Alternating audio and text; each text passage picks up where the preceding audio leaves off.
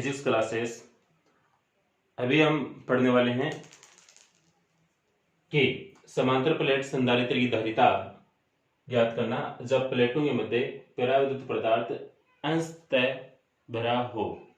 अंशतः भरा हो इसका मतलब यह है कि देखें, आप समझें, इस शब्द को समझें, इसका अभिप्राय क्या है। हमारे पास में ये एक समांतर प्लेट संधारित्र है।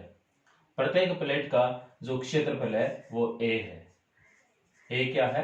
प्रत्येक प्लेट का क्षेत्रफल।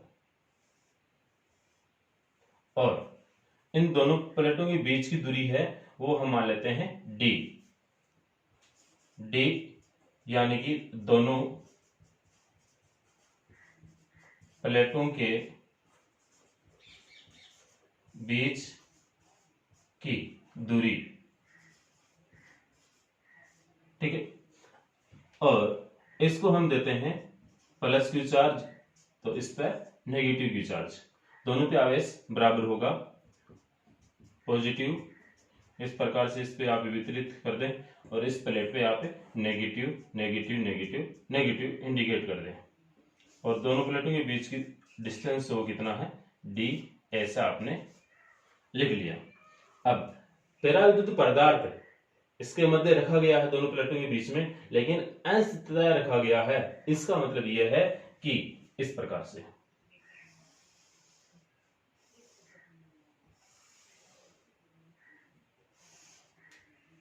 से बीच में इनकी कोई एक प्लेट रख दी है और उसका पराविद्युतांक कितना है? एप्सिलॉन r है। अब इस प्रकार से यदि आपने कोई बीच में कोई पराविद्युत पट्टी रख दी है, उसको हम बोल रहे हैं अंशतः, यानी कि आंशिक रूप से। इसका मतलब ये हुआ कि इधर और इधर दोनों तरफ क्या है? हवा उपस्थित है। इन दोनों प्लेटों के मध्य, यानी कि ये प्लेट और ये प्लेट, इन दोनों प्लेटों के बीच में एक तो हवा भी उपस्थित है कुछ भाग में, और कुछ भाग में क्या है कि पराविद्युत पदार्थ रखा हुआ है। जो पराविद्युत पदार्थ की जो आपने पट्टिका रखी है, ये इसकी जो हम मोटाई है, इसकी जो चौड़ाई है वो हम मान लेते हैं टी थिकनेस की, इस प्रकार से, ठीक है। तो अब यहां इन दोनों प्लेटों के बीच में, यानी कि जो प्लेट P1 और P2 है, P1 और P2 प्लेट के बीच में दो प्रकार के विद्युत क्षेत्र उत्पन्न हो गए। एक तो हवा में उत्पन्न विद्युत क्षेत्र और दूसरा पराविद्युत पदार्थ में उत्पन्न विद्युत क्षेत्र। टी पराविद्युत पदार्थ की मोटाई, टी पराविद्युत पदार्थ की मोटाई, ठीक है। अब यहां पर दूसरी चीज क्या है कि जो ये एप्सिलॉन आर है वो क्या है? पराविद्युतांक। एप्सिलॉन आर क्या है? पराविद्युतांक है। देखें आप इसको,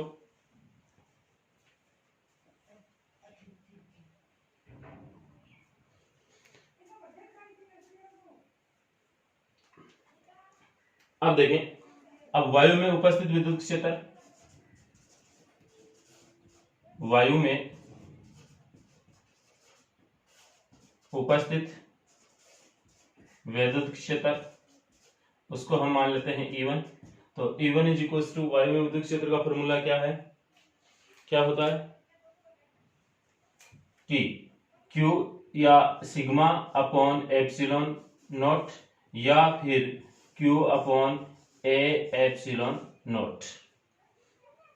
Q upon A epsilon not. क्यों? क्योंकि सिग्मा की वैल्यू कितने रख देते हैं? Q अपॉन A, क्योंकि इस पर आवेश कितना है? Q, और इसका क्षेत्रफल कितना इस प्लेट का? A है।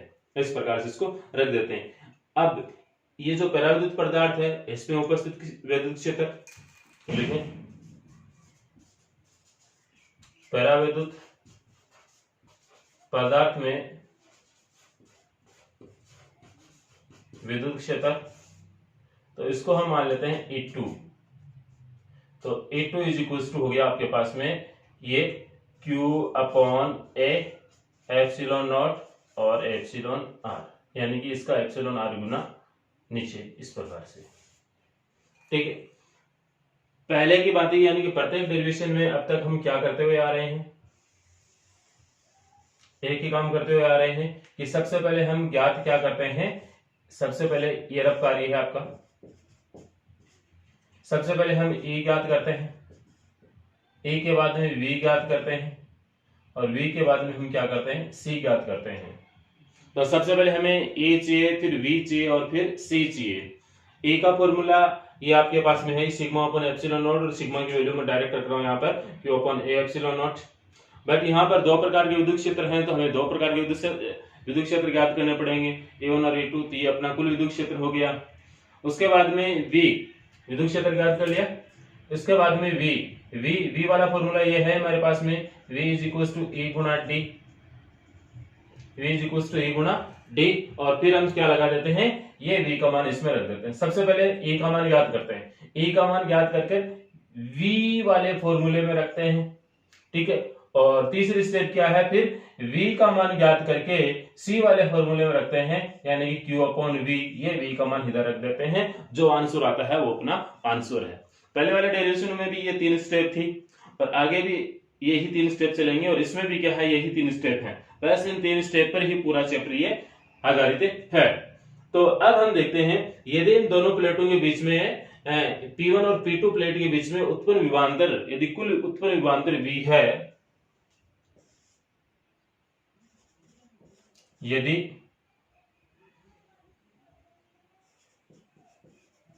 दोनों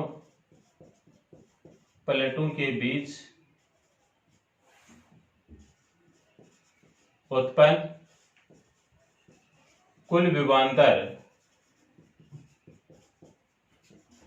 V है, तो V है तो अब V है तो आप दो प्रकार से देखेंगे, ठीक है। अब पहला क्या है, V इज इक्वल टू वायु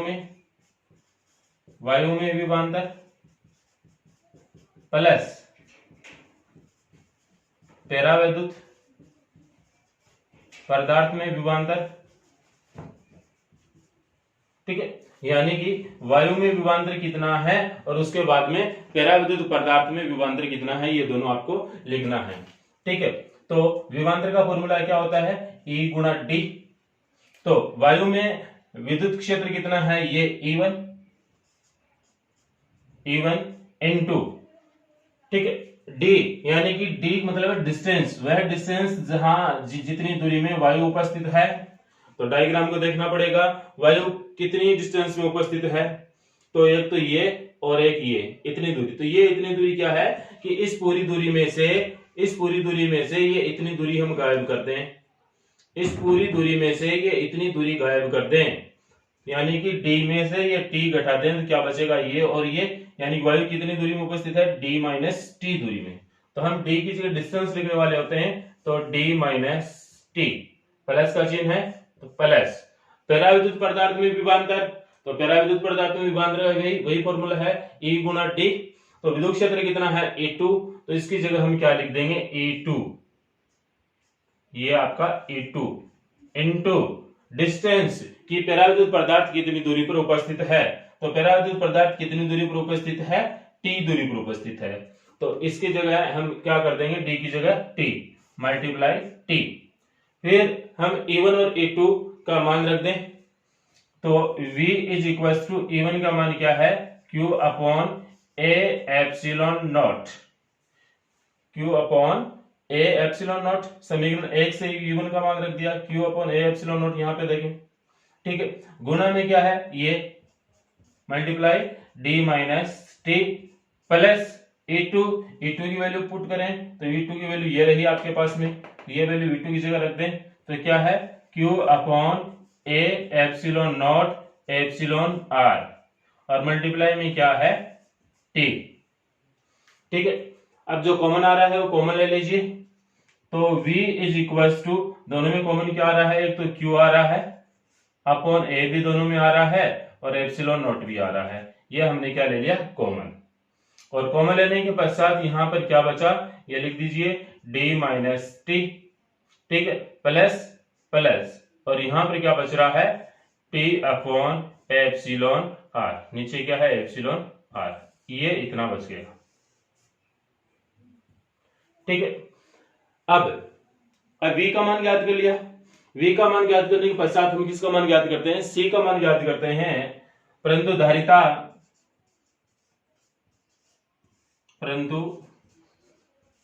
धारिता यानी कि c, तो c is equal to q upon v, परंतु धारिता c is equal to q upon v। इसको इक्वेशन डाल दीजिए यहाँ पे, नेक्स्ट 3 इसको डाल दीजिए 4 क्यों उल्टा उल्टा चल रहा है काम, इसको 3 और इसको डाल दीजिए 4। तो अब समीकरण 3 और 4 से, यानी कि समीकरण 3 से मान यहां पर रख देंगे, यानी कि 4 में रखने पर समीकरण 3 से मान 4 में रखने पर तो आप मान रख दीजिए। ठीक है, तो रखे मान, तो क्या है c is equal to q पर, तो q की जगह q अपॉन v की जगह क्या रखना है, ये रखना है नीचे, तो रख दीजिए q upon a epsilon not, q upon a epsilon not, और ये कोष्टक में, तो d minus t plus t बटे एप्सिलॉन r, ये लो जी। ठीक है, अब देखें q से q कैंसिल हो गया, ये q से q क्या हो गया, कैंसिल हो गया। अब कैंसिल होने के पश्चात एक आगे वाली स्टेप लिखें, तो c इज इक्वल टू, ये तो क्या आ गया ऊपर लग दीजिए, तो a एप्सिलॉन नॉट अपॉन नीचे ये बचा, क्या बचा, d माइनस टी, कॉमन ले लीजिए, तो a एप्सिलॉन नॉट अपॉन ये d, t दोनों में है कॉमन है, तो t कॉमन ले लीजिए, माइनस टी कॉमन ले लिया, तो यहां पर क्या बचा 1, माइनस टी कॉमन लिया है, तो यहां पर आपको क्या लिखना पड़ेगा कि माइनस टी कॉमन है, तो 1 अपॉन एप्सिलॉन r, इस प्रकार से। तो ये वाला फॉर्मूला आपको डायरेक्ट याद रखना है। ठीक है, ये वाला फॉर्मूला आपको डायरेक्ट याद रखना है। अब इसका आप एक स्क्रीनशॉट ले लीजिए। ठीक है, ले लीजिए, कोई जल्दी नहीं है, ताकि आप इसको लिख सके। अब देखिए, दोबारा देख लीजिए इसको एक बार, ये आपके पास संधारित्र है, संधारित्र 2 प्लेटें हैं P1 और P2, इन दोनों के मध्य एक T मोटाई का एक पराविद्युत पदार्थ रख दिया है, जिसका पराविद्युतांक एप्सिलॉन r है। ए क्या है, ये P1 और P2 प्लेट का क्षेत्रफल है। D क्या है, इन P1 और P2 के बीच की दूरी है। T क्या है, जो बीच में आप पट्टी रख रहे हैं, अंशतः का मतलब है आंशिक रूप से, पूर्ण रूप से नहीं। इससे पहले वाला डेरिवेशन आपने लिखा था पूर्णतः बराहो, पूर्णतः बराहो का मतलब है यहां से लेकर यहां तक, इन दोनों प्लेटों के बीच में बिल्कुल कोई भी जगह नहीं हो, यानी वायु उपस्थित नहीं हो। अंशतः का मतलब आंशिक रूप से भरा है, कुछ जगह नहीं भी भरा हुआ है, इसका मतलब ये है। ठीक है, तो वायु में उपस्थित विद्युत क्षेत्र, फिर पराविद्युत पदार्थ में उपस्थित विद्युत क्षेत्र, फिर विभव और फिर C। कहने का मतलब यही है कि बार बार यही कह रहा हूं कि आप ये 3 फॉर्मूले पता होने चाहिए, E, V और C। V का मान यहाँ पर हमें क्या याद रखना है, E गुना D वाला याद रखना है, और E का मान आपको ये रखना है Q upon A epsilon not, और जब पराविद्युत पदार्थ है तब E का मान ये याद रखना है Q upon A epsilon naught epsilon R। ठीक है, इसके बाद में हम इसके देखेंगे केस, कि केस फर्स्ट क्या, केस सेकंड क्या। केस फर्स्ट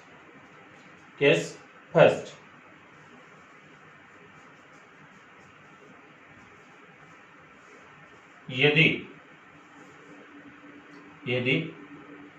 D बराबर T हो तो, इसको इक्वेशन दे दीजिए नेक्स्ट 5। यदि D बराबर क्या हो, T हो तो, ऐसा होने पर क्या होगा कि इसका मान भी कितना है, D है। तो देखें आप, तो C is equal to A epsilon naught upon D minus D। ठीक है, D माइनस D, और इस D को मैं अंदर ही मल्टीप्लाई कर दूं एक बार, इस माइनस से उस माइनस को मल्टीप्लाई, यानी T, यानी मैं यार ये वाली स्टेप देख रहा हूं, इस वाले स्टेप में रखते हैं, क्यों, ताकि इसमें एक बार आपको वापस गुणा करना पड़ेगा। इसमें रखें आप, तो डी प्लस ऊपर क्या है टी, तो टी की जगह क्या रखना, डी अपॉन एप्सिलॉन आर। ठीक है, डी से डी क्या हो गया, कैंसिल, तो सी इज इक्वल टू क्या बचा, ए एप्सिलॉन नॉट अपॉन ये नीचे डी, और ये एप्सिलॉन आर घूमकर कहां चला गया, ऊपर, ये एप्सिलॉन आर। ठीक है, इसका मतलब ये है कि जब आपके पास में पराविद्युत पदार्थ जो भरा गया है वह कितनी दूरी तक भरा गया है, टी का मान कितना है, डी, डी यानी कि दोनों प्लेटों के बीच में पूर्ण रूप से भरा गया है। तो इससे पहले वाले जो डेरिवेशन है वो वाली हेडिंग बन जाएगी, तो उसमें यही आया था सी का मान, C is equal to A epsilon naught epsilon r upon d. ठीक है, अब केस सेकंड,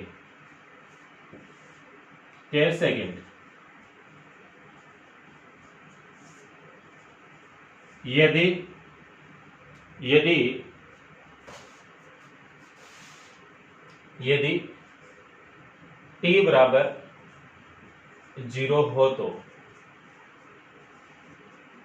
किसका मान 0 है, t का मान 0 है, t का मान 0 है। इसका मतलब यह है कि पराविद्युत पदार्थ जो रखा गया है उसकी मोटाई कितनी, 0 है, यानी कि कुछ भी नहीं है, पराविद्युत पदार्थ नहीं रखा गया है, इसका मतलब क्या है, वायु तो है ही, तो अगेन इसमें रख दीजिए मान, तो C is equal to A epsilon naught upon D, D की जगह डी, टी की जगह 0, तो -0, और इस टी की जगह भी 0, तो 0 अपॉन एप्सिलॉन आर। ठीक है, तो कुल मिलाकर बात यही हो गई कि ये तो 0 हो गया, ये भी 0 है, क्या बचा, डी, यानी कि C is equal to A epsilon naught upon D. ये वाला फॉर्मूला कब आता है, जब संधारित्र की दोनों प्लेटों के बीच में पूर्ण रूप से वायु भरी गई हो, यानी कि सबसे जो पहली हेडिंग थी, जो हम डेरिवेशन स्टार्ट किए थे संधारित्र के लिए, उसमें पहला डेरिवेशन यही था कि समांतर प्लेट संधारित्र की धारिता, तब आपके पास में फॉर्मूला ये आया था। केस थर्ड,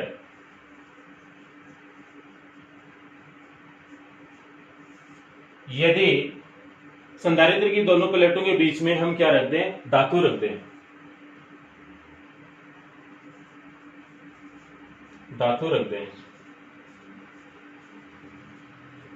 ठीक है, धातु रख दें, और वो भी कितनी मोटाई की, टी मोटाई की मान लें, तो एप्सिलॉन आर, तो धातुओं के लिए एप्सिलॉन आर का मान कितना होता है, धातुओं के लिए यानी कि एप्सिलॉन आर यानी कि धातुओं का जो पराविद्युतांक होता है उसका मान कितना होता है, अनंत होता है।